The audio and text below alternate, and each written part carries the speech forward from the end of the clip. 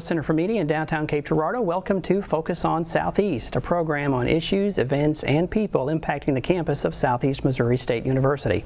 I'm Dan Woods with KRCU Public Radio. On today's program, we're going to be spending some time with SEMO's president, Dr. Carlos Vargas. Carlos Vargas. I said Carl, didn't I? Carlos Vargas. We'll be discussing SEMO's Sesquicentennial and much more. See, I was worried about saying Sesquicentennial. That's what got me. How are you? Fine. Thank you very much, Dan. It's good to see you. It's always good to see you. Okay, so Sesquicentennial, a big milestone coming up. Tell us about it. What's happening with it? Well, first of all, Sesquicentennial is a difficult word to pronounce. Many people have difficulties with that. So our 150th anniversary, it's since the university was first established, and we're excited about that. We really are. It's something that we want to celebrate. March 22nd of 2023 is going to be essentially our birthday, and we have a few activities planned for that particular day, starting at 11:30. We just want to take a little bit of time, a moment, and reflect on what this institution has done over its lifetime, which is 150 years. Great successes. We started with being a very small institution with a few faculty members, I believe something like 57 students or so, and now we have about 10,000, and we have a staff and faculty contingent of about 1,000 people. So it's just really, really impressive. And our programming, our academic programs and activities that we have going on are just really impressive. So I'm excited to be the president at a time like this, and look forward to seeing what a lot of different activities that we're going to have to celebrate this particular year. And this event on March 22nd is, of course, open to the campus, but we're opening this to the community as well to be a part of this big celebration, right? Right. I mean, we're members of the community, so we want the community to feel that they are included in our celebration. And really, the meaning of this celebration is sort of resides on the impact and the meaning that we have for the community. That's where we measure our success. And so the celebration is going to go on for the whole year and going to culminate on a very special date. Yes, we planned it. We decided that we wanted to have an eclipse take place that day, so we programmed it. So April the 8th, we're going to have an eclipse. Happens to be one where Cape Girardeau is going to be in the path of totality for the eclipse. I think we're going to be in total darkness for about over 4 minutes or so, and it's going to be even more so than in 2017 when we had the previous eclipse. So we thought it would be a great event to use as a final celebration of the year of celebrations that we're going to have for the university. And so there'll be things throughout the entire year too, and I guess there'll be more information about that as it comes along on the website with all the different things that are listed. So it's a big event. 150 years is something to celebrate for sure, right? Absolutely. I think as I said at the beginning, I think it's important to take some time and reflect on what this institution has done and what it can do in the future. And talk to the students and the faculty who are here and the staff and you know, reflect on what it means for this community, for the state of Missouri as in general, and what this institution being here represents. And I think it's really impressive when you look at the accomplishments that we've had in academics and you know, on the lifetime of the community and even athletics. You know, we've been extremely successful in this last 10 years or so, and so I think that all contributes to highlight the importance that this institution has for the community. Well, you think about it, 90,000 students have graduated over these 150 years, and think of all the things that those students have done and all the successful careers that have been made and all the fields they've impacted. It's almost too much to imagine, right? It's a lot. Yes, and I think that's why it's exciting that part of the celebration involves actually interviewing a number of individuals who have been here for a long time, and alumni and former faculty and staff, with them talking a little bit about what it means for them to celebrate this particular milestone. It puts our success in context, and it highlights how powerful this lifetime has been for the community, for the state of Missouri. Yes. And you've been here since 2015, and I know you always talk a lot about creating lifelong learners and people who are problem solvers, and so the graduates who leave are going into a business and able to solve a problem. That's what makes the difference, right? Yes, that's what makes a difference. That's where we measure our success. Are we able to help students, boys and girls, male and female, go out there and really make a difference in the world, and really represent this region with pride and accomplishment? Is what we need to always be focusing on, to make sure that we are able to produce individuals that are going to contribute to the economic development of not only the region, the state, the nation in general. Let's talk a little bit about part of that success has been programs, and some of the programs that are offered. The Apple Distinguished School Award, that's something it's a very impressive designation to have, that our education students are able to take part in, right? Right. We have been recognized in this last few years, and recognitions have come over decades to the university, but in the last few years we've been recognized by being an Apple Distinguished School. We have now Yamaha has also identified us a very unique institution. In cybersecurity, we have recognition by the Department of Homeland Security, the National Security Agency. We have many programs where we have made a mark at the national level, international level too, and that's something to be proud of, absolutely. And I know you're always looking at ways the university can meet the needs of the employers, looking for programs that will meet the needs. The pilot program comes to mind. We know there's going to be a pilot shortage, maybe our started coming soon, but that's one of those areas where we looked and said, okay, we need to be here, and I guess we'll continue to do that for the next 150 years. Absolutely. As I say sometimes, we have to follow very often, but sometimes we have to lead. And I think lead is what we have been doing academically in a very meaningful way in the last few years.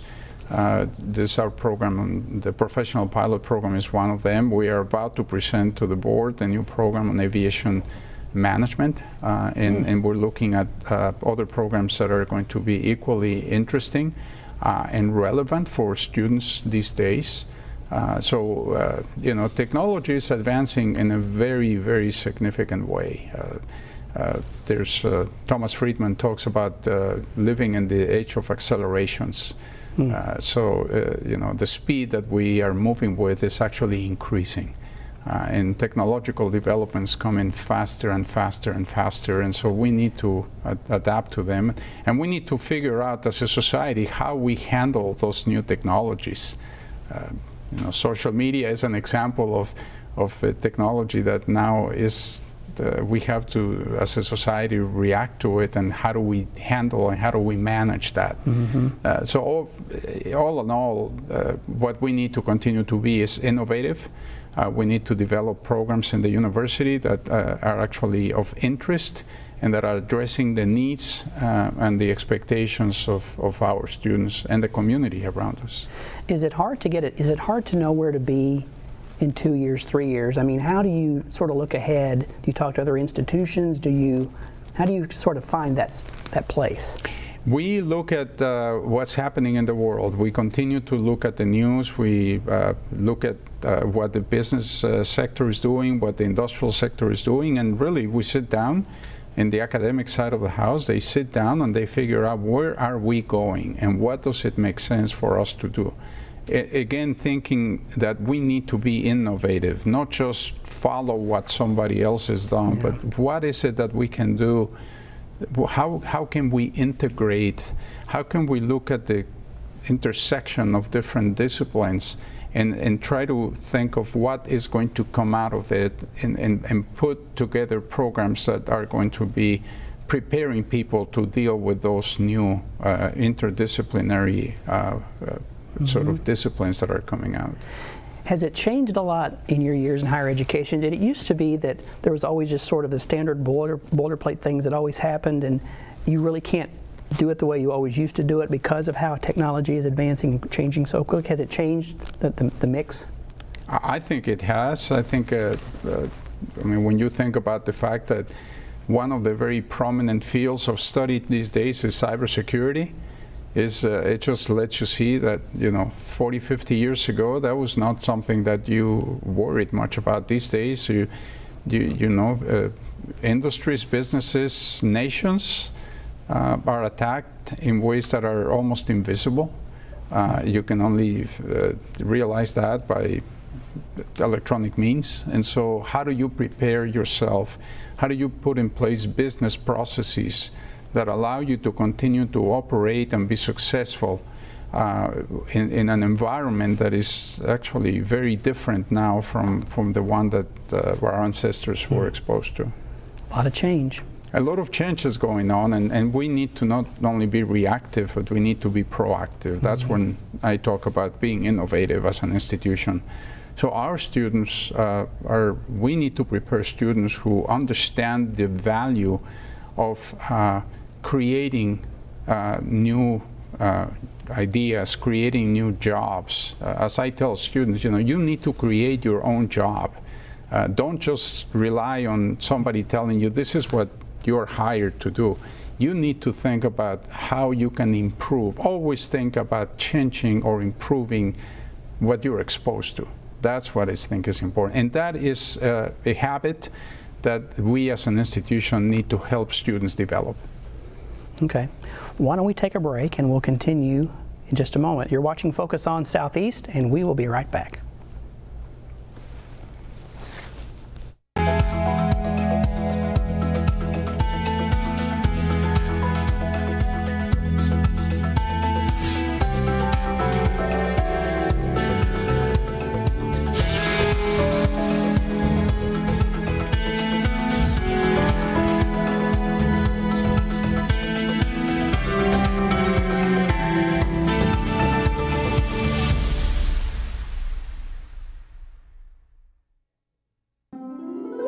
What is Southeast Missouri? Let's try this again. You are Southeast Missouri. You make Southeast Missouri what it is. And Southeast Missouri is who we are. It's in our name. It's in our past. And with you, it's our future. Welcome home. Welcome back to Focus on Southeast. We're spending some time today with SEMO's president, Dr. Carlos Vargas. So I want to pick up where we left off. So when you're looking ahead to see what programs do we need to be offering in 2, 3, 4 years, what if we look ahead and get this all planned, but then it doesn't work out, or that field just doesn't pan out like we thought? What happens then? Okay, so your question sort of makes me think of a conversation that I had with the owner of a company a few years ago, a plastics company. And he said to me one time, Carlos, sometimes I call the university, not Southeast, of course, I call the university with a question, and they form a committee. And I said, what do you mean? He says, yeah, they just always want to have a committee because they feel that they have to do a very thorough analysis of every problem, and they want to analyze it from every single angle, and in so doing, sometimes they just don't have time to give me an answer. He says, in my company, when we are trying to decide what to do in the future, we get in a room with a few people. We look at the information we have, and most of the times it's incomplete, right? But we look at the information we have, and we make a decision, and we say, this is the direction we need to go in. We come out of the room, and we implement it. If it doesn't work, we go back into the room and we change it. And so I thought that's very interesting. Sometimes we take too long to make a decision because we want to get it right. And there is the other side of that, is that sometimes by doing that, you never really get to the point of making a decision. So what you need to do oftentimes is get in a room, make a decision, get in, with some people, and then come out and implement it. And if it doesn't work, you change it. You adapt it, you refine it, you improve it. But we need to not just be sort of held without movement because we are doing too much assessment of what direction should we go in. So that's really what I think is the way to go. We need to we need to rely and trust our intuition. That's why we need to educate ourselves. We need to have education. We need to learn before we actually go out there and change things. But once we do that, we need to rely on that information and that knowledge we have, and then make a decision, predict what's going to happen, implement it, and if it doesn't work, then you change it. But don't we all have this fear of making a mistake? Absolutely. And does that hinder progress? Oh, absolutely. I think it does. That's why we spend so much time sometimes analyzing a problem over and over and over, because we're almost like afraid of making the wrong decision. Right. You just can't do that. We need to move forward. And that fear, I think, is a real fear. I think it's in everybody's mind. Everybody, we all feel that way. And I talk about the fear of failure, and it happens in organizations.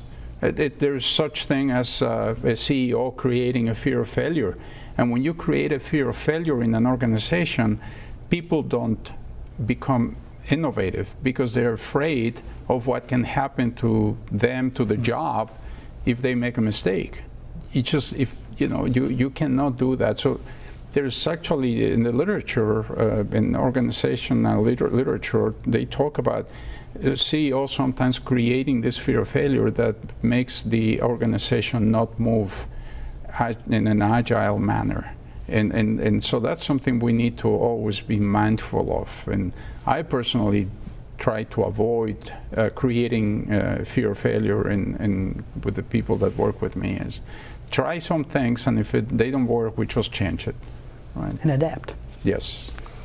So let's talk about just the university itself. There's so many things. We talk about pride and all the things that have been done. Think about the river campus. That comes to mind as we think about the Sesquicentennial. There used to be a river campus. That was one of those things that the region needed, and now we have it. It's just one of the many examples, right?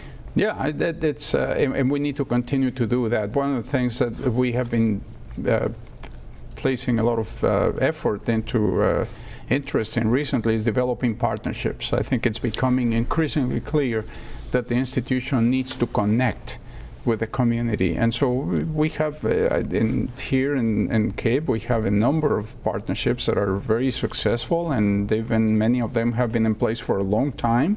And we continue to come up with new partnerships. Most recently, we have our students taking classes in the event center that is adjacent to the casino. They have a beautiful commercial kitchen, and our students are going there, and I think we're offering 4 classes this semester in there, and they're benefiting from having the opportunity to work in a place like that. And so when they come out, when they graduate, they actually go out there and can take that learning that they did and their experience that they did and apply it in the job. So we always have to be figuring out a way to connect with the business sector, with the industrial sector, and the nonprofit sector, with every entity out there where we see our students benefiting from being exposed to it, so that it's not just a classroom experience. We need to have experiential learning opportunities for our students, and so that should always be part of it. We should not just rely on the classroom learning to produce our graduates. This makes me think of something else that we both attended. It was a Cape Chamber event where they talked about quality of life in Southeast Missouri in the Cape Girardeau area, because the big discussion was keeping graduates here, involved in the community, involved in these jobs. And I know that's something you keyed in on, so that students that graduate stay here, take these talents and all these things they've learned, and it stays here in Southeast Missouri. Yes, and you know, there is the other side of that is that students at that age, when they graduate, let's say traditional student, they're excited about seeing the world. They're excited about seeing different places and being in different locations. And so I don't think that our effort should be to prevent that from happening. I think what we need to do is make sure that these students, when they graduate, when they leave, they feel that they would like to come back.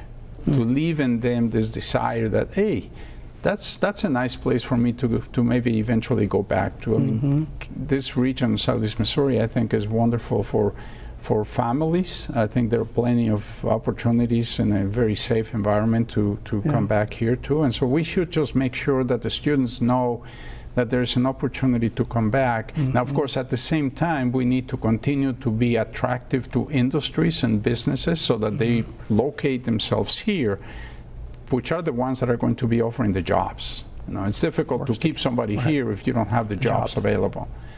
So it's a little bit of a... Yeah, both sides there, yeah. Yes, right. Let's talk a little about this, grow your own teacher. I know that's something that we talked to Dean Joe Pujols about this, that we're trying to keep these teachers here in some of these area schools, and where they have them, they're growing their own, to help the districts. Right. Because, as you said, Southeast Missouri, and of course this is a large service area that the university serves. That's another way we're here in this region trying to help things grow. Sure, that's an example of jobs that are here, available here. Now, what we have observed is that to hire, say, a teacher from a location that is outside of this region, sometimes it's difficult because they didn't grow up here, they're not comfortable with this environment, and so they come here, they spend maybe a few years here, but then they're not quite comfortable because they're missing something perhaps from where they grew up. So that's why I think it's important to help grow your own teachers, meaning taking people who grew up here, who are comfortable in this environment, and then help them develop the expertise that allows them to get these jobs. I think that's the best case scenario. So we got about 4 minutes. So in these last few minutes, all this success, 150 years, what's next? 150 years more. So we're going to continue to be innovative. We need to redouble our efforts to make sure that we continue to be relevant for this region, for in general, to offer our students access to opportunities that they don't have to go very far away from here to get to. I mean, we have international students at the university that come from thousands and thousands of miles away. So I sometimes say to people locally, not because we are close are we any less valuable and less interesting than other institutions. There are many students who come here from very far away because of what we bring to the table, because of the opportunities that are here. So I think what's important is to continue to provide our students here with experiences that really prepare them to be competitive and to go out in, whether it's in a job, whether it's establishing their own business, which is increasingly very critical, very important, or continuing with advanced education in some other location. I think we need to prepare them to be competitive and successful in their personal and professional lives. And continue with hands-on, real-world experience. So the pilot program, one of the things that amazes me about that is the students get up in the air the first semester, I think I understand it. So it's not one of those things where you have to read about it and for a semester or two before you get to fly. It's a pretty quick transition. Yeah, that's one of the criticisms sometimes that universities have, which is students feel like they get to the first year or so and they take many general education courses and all that, but they're really interested in, say, accounting or chemistry or so, and it takes a long time before they get there. So those are things that are learning experiences for us as an institution. How do we keep the students engaged once they get here to make them feel that they're advancing in their knowledge of the fields that they are interested in?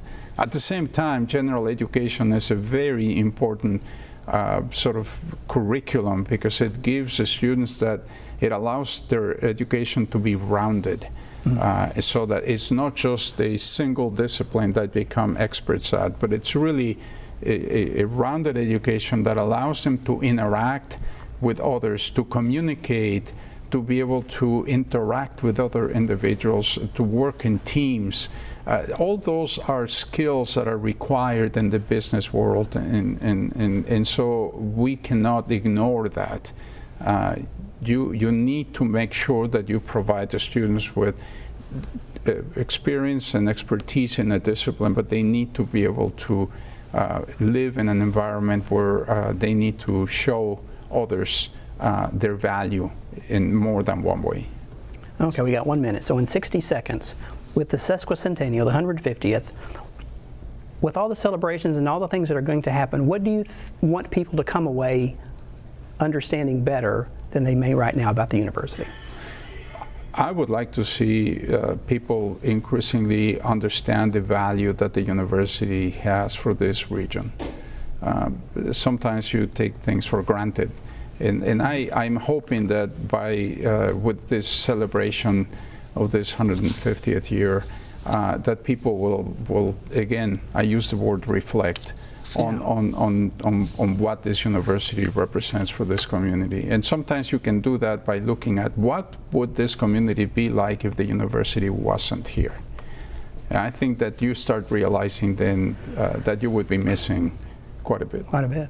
So. Dr. Vargas, it's been good to talk with you. Thank you so much for being here today. Thank you, Annie. It's good to see you again here. Bye-bye. All right, Focus on Southeast is a collaboration of KRCU Public Radio and the Department of Mass Media at Southeast Missouri State University. Just a reminder that portions of these conversations will be broadcast on KRCU Public Radio and will also be available online at krcu.org and on the station's YouTube channel. From the Rest Center for Media, I'm Dan Woods. Thanks for watching. Be sure to tune in next time when we focus on Southeast.